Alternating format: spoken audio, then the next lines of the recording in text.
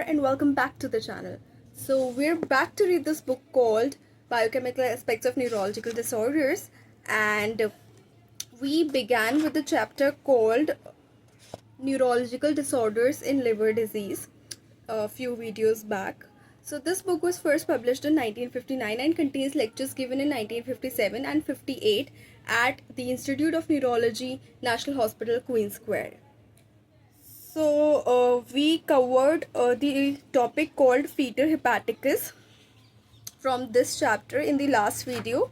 However, the topic was still incomplete. There's much more information given in here.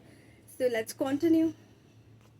तो पिछली video में हमने जाना था कि फीटर हेपेटिकस एक तरीके की डिस्टिंक्ट स्मेल है जो सीवियर लिवर डिजीज़ में या लेस सीवियर लिवर डिजीज़ में लेकिन with an extensive collateral circulation में पाई जाती है. हमने लास्ट वीडियो में उसकी इन्वेस्टिगेशंस भी देखी थी. अब हम स्टार्ट करेंगे उसके प्रेसिपिटेटिंग फैक्टर्स से जो इस बुक में ऑथर ने दिए हुए हैं, और इस चैप्टर के ऑथर का नाम है मिस्टर माइकल क्रेमर.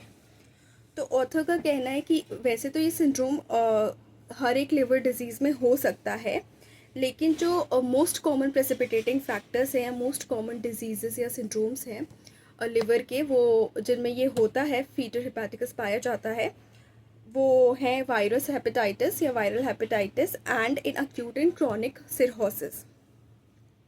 ये किसी भी कंडीशन में या तो स्पॉन्टेनियसली हो सकता है या फिर और बाकी फैक्टर्स द्वारा प्रेसिपिटेट किया जा सकता है, यानी और बाकी फैक्टर्स भी हो सकते हैं जिनकी वजह से ये होता है. ये कैसे एक्ट करते हैं फैक्टर्स? एक्चुअली एक्ट करते हैं by depressing the liver function, increasing nitrogen in intestine, increasing the collateral portal flow, and ये भी सोचा गया था कि perhaps even sensitising the brain to the responsible toxins. जिन फैक्टर्स की वजह से बॉडी की ये डिस्टिंक्ट स्मेल बढ़ती है वो सारे फैक्टर्स बढ़ा दिए जाते हैं by these precipitating factors. Most frequent precipitant जो देखा गया है और इसमें ऑलरेडी मेंशन है और बहुत बार डिस्कस कर चुके हैं हम, इज़ गैस्ट्रो इंटेस्टिनल ब्लीडिंग. उसकी वजह से क्या होता है, लार्ज अमाउंट ऑफ प्रोटीन जो है बाउल में चला जाता है और साथ साथ लिवर भी डिप्रेस हो जाता है by the coincident hypotension and anaemia. क्योंकि हाइपोटेंशन और एनीमिया हो गया इसलिए लिवर भी डिप्रेस हो गया और बहुत ज़्यादा प्रोटीन भी इंटेस्टाइन में चला गया.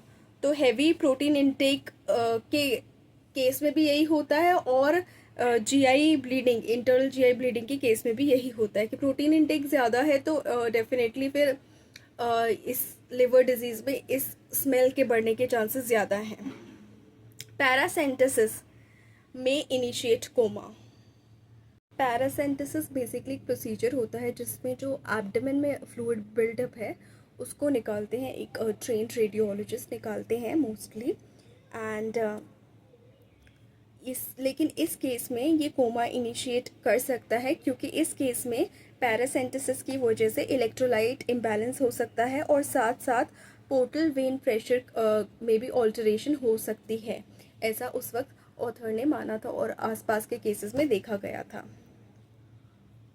ऑपरेशंस इस केस में एनी मैग्नीट्यूड के बहुत ज़्यादा रिस्की होते हैं क्योंकि लिवर फंक्शन जो है डिप्रेस होता है ब्लड लॉस से, एनेस्थीसिया से एंड शॉक से. ऑलरेडी डिप्रेस्ड है वो और ज़्यादा डिप्रेस होता है.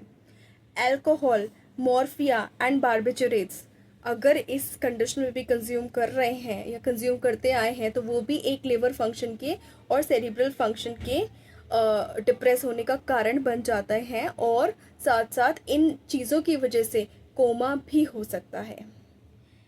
एसिटाजोलामाइड यानी Diamox may also induce coma after prolonged administration. अगर इस दवाई को बहुत समय तक एडमिनिस्टर किया जाए तो इसकी वजह से भी कोमा हो सकता है. क्लोरोथियाजाइड की वजह से भी फॉल इन पोटेशियम लेवल हो सकता है. सीरम पोटेशियम की बात कर रहे हैं, सीरम पोटेशियम लेवल गिर सकती है. नेक्स्ट ऑथर ने इस टॉपिक के अंदर डिस्कस किया है कि इस चीज़ की डिफरेंशियल डायग्नोसिस क्या क्या हो सकते हैं. तो ऑथर का कहना है कि अक्यूट अल्कोहलिज्म जो है वो बहुत ही ज़्यादा डिफ़िकल्ट होता है और उसमें भी एक डिस्टिंक्ट स्मेल हो सकती है जिसकी वजह से ये कोइंसाइड कर सकता है the syndrome of liver failure के साथ. तो फर्स्ट जो डिफरेंशियल डायग्नोसिस हमने इसमें लिया है वो है अक्यूट अल्कोहलिज्म। दूसरी चीज़ की बात की है ऑथर ने डेलेरियम ट्रेमंस, लेकिन डेलेरियम ट्रेमंस में usually more acute and dramatic होते हैं, while this syndrome of liver is slightly gradual in most patients, और धीरे धीरे सिम्टम्स डेवलप होते हैं, वाइल इन डेलेरियम ट्रेमंस अक्यूट और ड्रामेटिक होते हैं। तो सेकेंड डिफरेंशियल डायग्नोसिस जो ऑथर ने कंसिडर किया है दैट इज़ डेलेरियम ट्रेमंस। फिर तीसरी बात की है उन्होंने वर्निक्स एन्सेफेलोपैथी की, और इसमें जो है signs of brain stem dysfunction दिखते हैं in addition to confusion and coma. तो थर्ड डिफरेंशियल डायग्नोसिस ऑथर के अकॉर्डिंग हो गया वर्निक्स एन्सेफेलोपैथी। चौथी बात की है उन्होंने निकोटिनामाइड एन्सेफेलोपैथी, और इसमें भी जो है यूजुअली देखा जाता है कि signs of brain stem dysfunction दिखेंगे in addition to confusion and coma. तो फोर्थ डिफरेंशियल डायग्नोसिस हो गया निकोटिनामाइड एन्सेफेलोपैथी। पांचवा जो डिस्कस किया है इन्होंने ऑथर ने इसमें डिफरेंशियल डायग्नोसिस इस सिंड्रोम का, इट इज़ हिपेटोलेंटिकुलर डिजेनरेशन। अब इसमें अलग फैक्टर्स पाए जाते हैं जो हमने प्रीवियस वीडियोस में डिस्कस किए हैं, तो इनके जो सिम्टम्स हैं वो अलग हो सकते हैं होते हैं, इस वजह से इसको डिफ्रेंशिएट करना थोड़ा आसान हो जाता है। उसके बाद ऑथर ने सिक्स्थ चीज़ डिस्कस की है कि लो सोडियम स्टेट्स या तो डाइटरी रिस्ट्रिक्शंस की वजह से इन सिरोसिस में produce headache, apathy and nausea and may usher in hepatic coma. तो ये जो छठवीं चीज़ है यानी लो सोडियम स्टेट्स, एक तो ये प्रेसिपिटेटिंग फैक्टर की तरह भी काउंट हो सकता है क्योंकि हेपेटिक कोमा में अल्टीमेटली बन रहा है, या फिर इसको एज अ डिफरेंशियल डायग्नोसिस भी यूज़ कर सकते हैं जब तक कोई ऐसा लिवर सिंड्रोम डेवलप नहीं हो रहा है पेशेंट में। और जो साइकोटिक एंड न्यूरोसाइकेट्रिक स्टेट्स हैं जिनकी वजह से कोमा होता है और जो मास्क करते हैं सीरियस डिसऑर्डर को,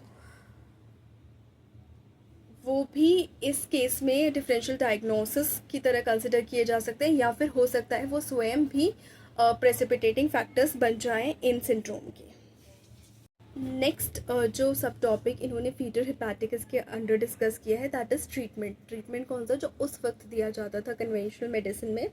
तो पेशेंट का ऑथर का ऐसा मानना है कि पेशेंट को बेड में ही ट्रीट किया जाना चाहिए क्योंकि उसकी वजह से लिवर का जो काम करने की लेवल है वो बहुत कम, रिक्वायरमेंट है एक्चुअली वो बहुत कम हो जाती है, उसको ज़्यादा फंक्शन करने की ज़रूरत नहीं पड़ती है और उस पर स्ट्रेस कम पड़ता है, और ये तब तक करना चाहिए जब तक मैक्सिमम इम्प्रूवमेंट प्रोड्यूस ना हो जाए पेशेंट में, और it usually used to take 4 to 5 weeks. Then dietary protein stop कर देना चाहिए पेशेंट का, और एटलीस्ट 1600 कैलोरीज डेली देनी चाहिए एज ग्लूकोज ड्रिंक्स और बाय इंट्रागैस्ट्रिक ड्रिप, जैसे भी पेशेंट कंफर्टेबल हो।